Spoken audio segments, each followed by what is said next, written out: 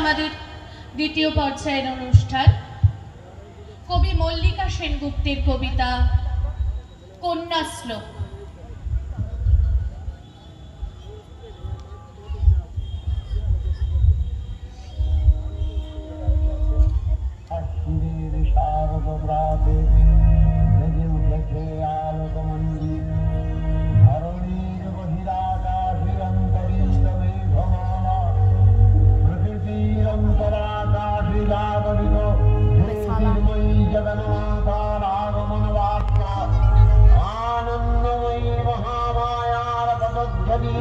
অসীম ছন্দে বেজে উঠে রূপলোক ও রসলোকে আনে নবভাব মাধুরীর সঞ্জীবন।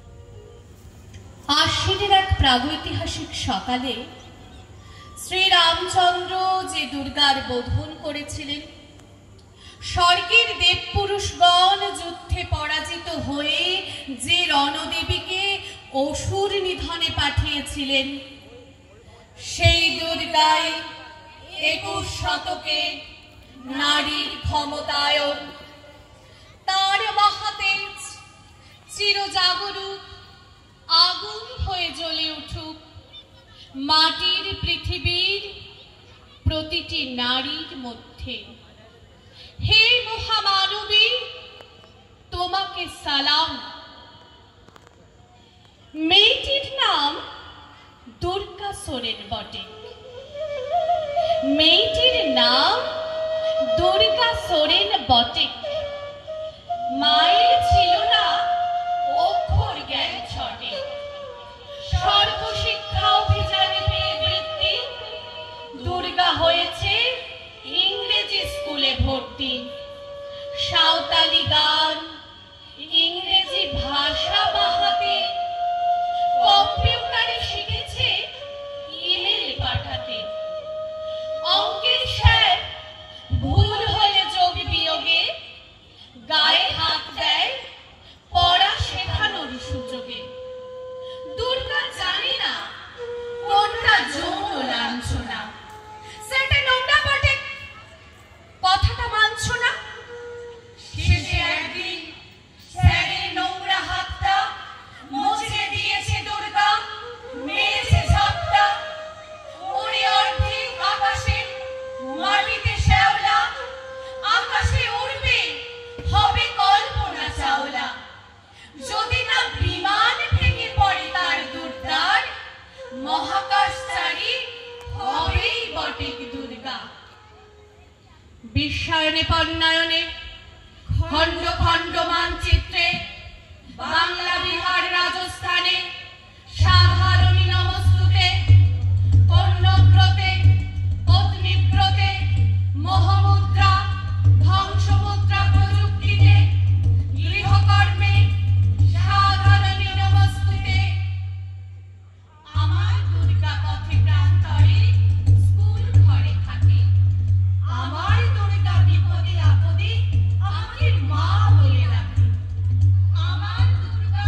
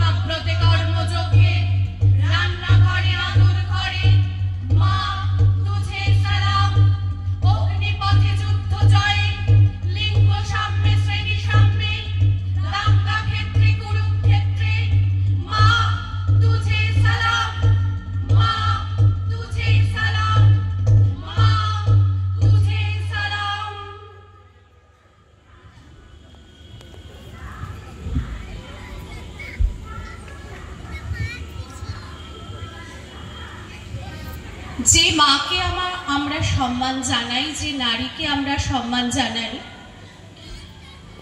সেই নারীকেই বহু সময় অপমানিত হতে হয়, অসংরক্ষিত থাকতে হয়।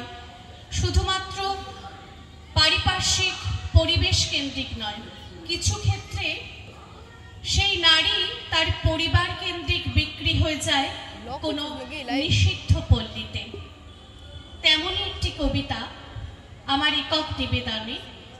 কবিতাটি যদিও একটু দীর্ঘ, তবু শোনার জন্য সকলকে অনুরোধ থাকলো। কোথাও আমরা এইরকম রিলেটেড বহু ঘটনা খুঁজে পাবো এই কবিতার মধ্য দিয়ে। কবি সুনীল গঙ্গোপাধ্যায়ের কবিতা না পাঠানো চিঠি। মা, তুমি কেমন আছো? আমার ছোট বিড়াল ঘুমছো, সে কেমন আছে? রাত্রে সে কার পাশে শোয়? দুপুরে যেন আলী সাহেবের বাগানে না যায়। মা, ঝিঙে মাচায় নতুন ফুল ফুটেছে, তুলিকে আমার ডোরের শাড়িটা পরতে বলো। আঁচলের ফেসুটা যেন সেলাই করে নেয়। তুলিকে কত মেরেছে, আর কোনোদিন মারবো না। মা, তোমাদের ঘরের চালে নতুন ঘর দিয়েছো, এবারে বৃষ্টি হয়েছে খুব। তরফদার বাবুদের পুকুরটা কি ভেসে গেছে? কালো ফুলুরা মাছ পেয়েছে কিছু? একবার মেঘের ডাক শুনে কই মাছ উঠে এসেছিল ডাঙায়। আমি আম গাছ তলায় দুটো কই মাছ ধরেছিলাম। তোমার মনে আছে মা? মনে আছে আলী সাহেবের বাগানের সেই নারকোল চুরি করে আনিনি, মাটিতে পড়েছিল, কেউ দেখেনি। নারকোল বড়ার সেই স্বাদ এখনো মুখে লেগে আছে। আলী সাহেবের ভাই মিজান আমাকে খুব আদর করত। বাবা একদিন দেখতে পেয়ে চেলা কাঠ দিয়ে পিটিয়েছিল আমায়।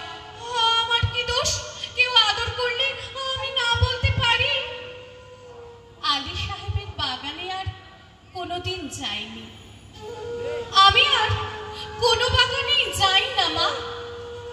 পিঠে সেই দাগটায় হাত বুলিয়ে বাবার কথা মনে পড়ে খুব। বাবার জন্য খুব কষ্ট হয়। আমি ভালো আছি, খুব ভালো আছি। বাবা যেন আমার জন্য একটুও না ভাবে। তুলি কি এখনো ভূতের ভয় পায় মা? তুলি আর আমি পুকুর পাড়ে কলা বউ দেখেছিলাম। সেই থেকে তুলির ফিটের ব্যারাম শুরু হলো। দাদা কলা গাছটা কেটে ফেললো। আমি কিন্তু ভয় পাইনি, তুলিকে কত খেপিয়েছি।